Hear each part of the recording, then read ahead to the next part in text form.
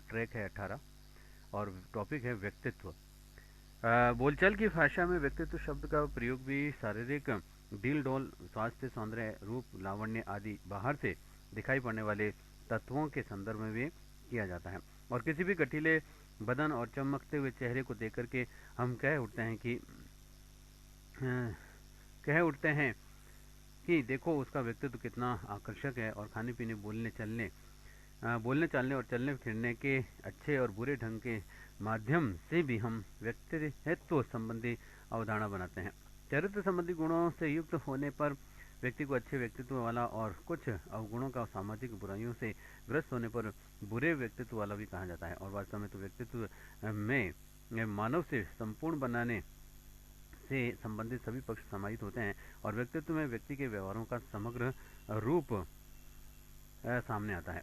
मनोवैज्ञानिक भाषा की में व्यक्ति अपने आप में जो भी कुछ भी है वही उसका व्यक्तित्व है। और अपने प्रति, दूसरों के प्रति किए जाने वाले व्यवहारों का यह एक समग्र चित्र है।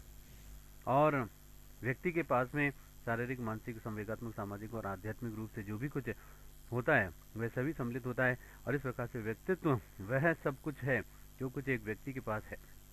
जेबी वाटसन के अनुसार ही विश्वसनीय सूचना प्राप्त करने के दृष्टिकोण से काफी लंबे समय तक वास्तविक निरीक्षण या फिर अवलोकन करने के पश्चात व्यक्ति में जो भी क्रियाएं अथवा व्यवहार या जो भी रूप आया जाता है उसे उसका व्यक्तित्व कहा जाता है। मार्टिन प्रिंस के अनुसार व्यक्तित्व के व्यक्ति की सभी प्रकार की जन्मजात प्रवृत्तियां, आवेगों, इच्छाओं एवं मूल प्रवृत्तियों और अनुभवों के द्वारा भी अर्जित बातों का योग है। व्यक्तित्व के स्वरूप की कुछ जानकारी इसकी विशेषताओं के माध्यम से भी की जा सकती है। व्यक्तित्व की निम्न विशेषताएं होती हैं। व्यक्तित्व अपूर्व और विशिष्ट होता है और हम उसका व्यक्तित्व अपने ही ढंग का होता है। कोई भी दो व्यक्ति चाहे वे जुड़वा ही क्यों ना हो, किसी भी समय बिल्कुल एक जैसा व्यवहार नहीं करते हैं। व्यक्तित्व में आत्मचेतना का गुण होता है। और जब व्यक्ति में आत्मचेतना जैसी बहुत वस्तु घर करने लगती है तभी से उसके व्यक्तित्व का अस्तित्व भी प्रकाश में आता है। और व्यक्तित्व में व्यक्ति के व्यवहारों के तीनों ही पक्ष, ज्ञानात्मक, क्रियात्मक और भावात्मक सम्मिलित हैं। व्यक्तित्व कुछ दैहिक अव्यवस्थाओं अथवा व्यवहार संबंधी विशेषताओं और क्रियाओं का भी एक संयुक्त स्वरूप है। और विभिन्न गुणों तथा विशेषताओं के संग्रह मात्र को व्यक्तित्व की संज्ञा नहीं दी जा सकती है। और जब तक व्यक्ति के जैविक, सामाजिक अथवा वंशानुक्रम और वातावरण संबंधी पक्षों में पूरी तरह से झांक नहीं लिया जाए तब तक उसके व्यक्तित्व के बारे में ठीक विचार नहीं बनाया जा सकता है। व्यक्तित्व जड़ नहीं बल्कि गतिशील, निरंतर, परिवर्तित एवं परिमार्जित होने वाली वस्तु है। व्यक्तित्व वंशानुक्रम और वातावरण की संयुक्त उपज है और बच्चे के व्यक्तित्व का समुचित विकास करने में दोनों ही अपनी अपनी भूमिका निभाते हैं। अधिगम और अनुभवों का अर्जन दोनों व्यक्तित्व के लिए विकास में पूरी तरह से सहायक होते हैं। और प्रत्येक व्यक्ति का व्यक्तित्व इन्हीं विशेष लक्ष्यों की पूर्ति के लिए भी एक संघर्षरत रहता है। एडलर ने अपनी पुस्तक इंडिविजुअल फाइसियोलॉजी में व्यक्तित्व को व्यक्ति के जीने का ढंग का नाम दिया है। और इसके द्वारा व्यक्तित्व की समग्रता का पूरा चित्र सामने आता है। व्यक्तित्व के निर्धारण घटक और निर्धारण कारक के कारक होते हैं और जिनके व्यक्तित्व का विकास भी प्रभावित होता है। मनोवैज्ञानिकों ने इस तरह के कारकों को दो भागों में बांटा है। एक तो जैविक कारक या फिर आनुवंशिक कारक, और दूसरा शारीरिक संरचना तथा शारीरिक स्वास्थ्य, और दूसरा शरीर रसायन व ग्रंथियां, और तीसरा स्नायु मंडल और तंत्रिका तंत्र। पर्यावरणीय या फिर सामाजिक कारक जिनका कि संबंध व्यक्ति के आसपास के वातावरण व समाज से होता है। माता पिता का प्रभाव, पारिवारिक संबंध, परिवार का आकार, पास पड़ोस में मित्र मंडली, सामाजिक स्वीकृति, संचार के साधन, जन संचार के साधन, फिर भौतिक वातावरण का प्रभाव, मानसिक योग्यता का प्रभाव, विशिष्ट रुचि का प्रभाव, और सांस्कृतिक एवं आर्थिक कारक, और जन्म क्रम और विद्यालय का प्रभाव। उपरोक्त दोनों ही प्रकार के कारकों, जैविकीय या फिर आनुवंशिकी तथा वातावरणीय कारकों की व्याख्या अलग अलग की गई है, किंतु वास्तविकता में तो इन दोनों ही कारकों का व्यक्तित्व निर्धारण में संयुक्त प्रभाव भी पड़ता है। व्यक्तित्व के सिद्धांत हैं। फ्राइड का मनोविश्लेषण सिद्धांत भी सिगमंड फ्राइड के इस सिद्धांत के अनुसार ही व्यक्तित्व का निर्माण इड, अहम ईगो एवं परम अहम सुपर ईगो से हुआ है। और उनके अनुसार इड यानी आईडी यह अचेतन मन है जो कि अतृप्त इच्छाओं, मूल प्रवृत्तियों एवं दमित अनुभूतियों का भी भंडार है। अहम यानी ईगो ये चेतना, बुद्धि एवं तर्क है और ये मनुष्य की यथार्थ व वास्तविक स्थिति है। परम अहम सुपर ईगो ये अंतर चेतना है जो कि नैतिक मन एवं आदर्शों से निर्मित है। आलपोर्ट का सिद्धांत इसके अनुसार व्यक्तित्व वातावरण से निर्मित एवं प्रभावित होता है। और यहाँ व्यक्तित्व के सिद्धांत बता रखे हैं, सिद्धांत और प्रतिपादक हैं। मनोविश्लेषण सिद्धांत फ्राइड का, आत्मज्ञान का सिद्धांत हर्ज़बर्ग, मास्लो का, रचना का सिद्धांत सेल्डन का, आलपोर्ट का सिद्धांत आलपोर्ट, और नव फ्राइड सिद्धांत है इरिक फ्रॉम हार्नी और एरिक्सन का, और जीव सिद्धांत है गोल्ड स्टीन का। आलपोर्ट सिद्धांत, इसके अनुसार ही व्यक्ति जो है व्यक्ति के अनुसार ही वातावरण में निर्मित एवं प्रभावित होता है। और रचना का सिद्धांत, इस सिद्धांत के प्रतिपादक सेल्डन के अनुसार व्यक्तित्व के तीन आधार यथा गोल्ड कृति, आयताकृति एवं लंबा कृति होती है। समन्वित व्यक्तित्व, जब किसी व्यक्तित्व के समस्त शील गुण प्रभावक तत्व इच्छाएं शक्तियां आदि समुचित मात्रा में समन्वित रूप से गुंफित हो तो उसे समन्वित व्यक्तित्व कहते हैं। व्यक्तित्व मापन की प्रक्षेपण विधियां मुख्य रूप से व्यक्ति के अचेतन मन का भी अध्ययन करती हैं। व्यक्तित्व के प्रकार है, व्यक्तित्व की संरचना एवं प्रकृति को समझने के लिए भी मनोवैज्ञानिकों ने विभिन्न दृष्टिकोणों या फिर उपागम का प्रतिपादित किए हैं और इनकी अग्रानुसार वर्गीकृत किया जा सकता है। जैसे भारतीय आयुर्वेद के अनुसार ही व्यक्तित्व के तीन प्रकार हैं। वाद प्रधान, ऐसे व्यक्तियों में चंचलता व स्फूर्ति होती है और ये प्रच्छन्न चित्त, मिलनसार एवं वायु रोगों से ग्रस्त होने वाले व्यक्ति होते हैं। फिर है दूसरा पित्त प्रधान, ऐसे व्यक्तियों में पित्त की प्रधानता होती है और ऐसे व्यक्ति आनंदयुक्त परम सुस्त होते हैं और ये संवेगात्मक रूप से सशक्त होते हैं पर शारीरिक रूप से कमजोर होते हैं। ये संवेगात्मक रूप से सशक्त होते हैं और शारीरिक रूप से कमजोर होते हैं। और तीसरा है कफ प्रधान, यह युक्ति सुस्त, शांत, संवेदनात्मक रूप से ठीक ठाक एवं शारीरिक रूप से भी कमजोर होते हैं। हिप्पोक्रेटस का वर्गीकरण, यूनानी डॉक्टर हिप्पोक्रेटस ने व्यक्तियों के स्वभाव और संवेग के आधार पर भी इन्हें 4 वर्गों में बांटा है। पहले तो कफ प्रकृति वाले, ये सुस्त परंतु चिड़चिड़ी स्वभाव वाले तथा संवेगात्मक रूप से भी कमजोर व शारीरिक रूप से भी शक्तिशाली होते हैं। फिर है दूसरा काले पित्त वाले, ये व्यक्ति निराशावादी, शक्तिहीन और दुखी होते हैं और ये संवेगात्मक रूप से भी तथा शारीरिक रूप से भी कमजोर होते हैं। उसके बाद है तीसरा पीले पित्त वाले, ये व्यक्ति सुस्त होते हैं और संवेगात्मक रूप से सशक्त परंतु शारीरिक रूप से भी कमजोर होते हैं। फिर है अधिक रुधिर वाले, इन्हें रुधिर की मात्रा अधिक होती है और ये कर्मठ, उत्साही, हर्षमुख और आशावादी होते हैं और शारीरिक रूप से भी सशक्त और संवेगात्मक रूप से स्थिर तथा संतुलित होते हैं। क्रैशमर का वर्गीकरण, क्रैशमर ने शारीरिक बनावट के आधार पर भी मनुष्य को 3 प्रकार से जैविक समूह में बांटा है। उनके अनुसार ये वर्ग हैं, एक तो पिकनिक प्रकार, ये व्यक्ति मिलनसार होते हैं और ये सामाजिक, विनोद प्रिय, बहिर्मुखी, आराम तलब और लोकप्रिय होते हैं और इनका कद छोटा और शरीर मोटा और चर्बी वाला होता है। दूसरा एथलेटिक प्रकार, ये व्यक्ति खिलाड़ी प्रवृत्ति वाले, सशक्त, अस्थि पंजर वाले, बलवान, मांसपेशियों वाले होते हैं और इनका सीना चौड़ा तथा शरीर संतुलित होता है और ये सुखी, दृढ़, समायोजित होते हैं। फिर तीसरा प्लेटोसोमेटिक, शक्तिहीन प्रकार के, निर्बल शरीर वाले, दुबले पतले होते हैं और तथा इनका सीना छोटा तथा पेट पीठ से लगा होता है। ये शर्मीले, अंतर्मुखी, एकांत प्रिय, निराशावादी एवं सामाजिक रूप से भी समायोजित होते हैं। सेल्डन का वर्गीकरण है, सेल्डन ने भी व्यक्तियों को उनकी शारीरिक बनावट के अनुसार निम्न प्रकार से वर्गीकृत किया है। पहला तो है एंडोमॉर्फिक, शारीरिक दृष्टि से भी ये शक्तिहीन, मोटे तथा कोमल शरीर वाले होते हैं और ये आराम पसंद, सामाजिक और स्नेहशील भी होते हैं।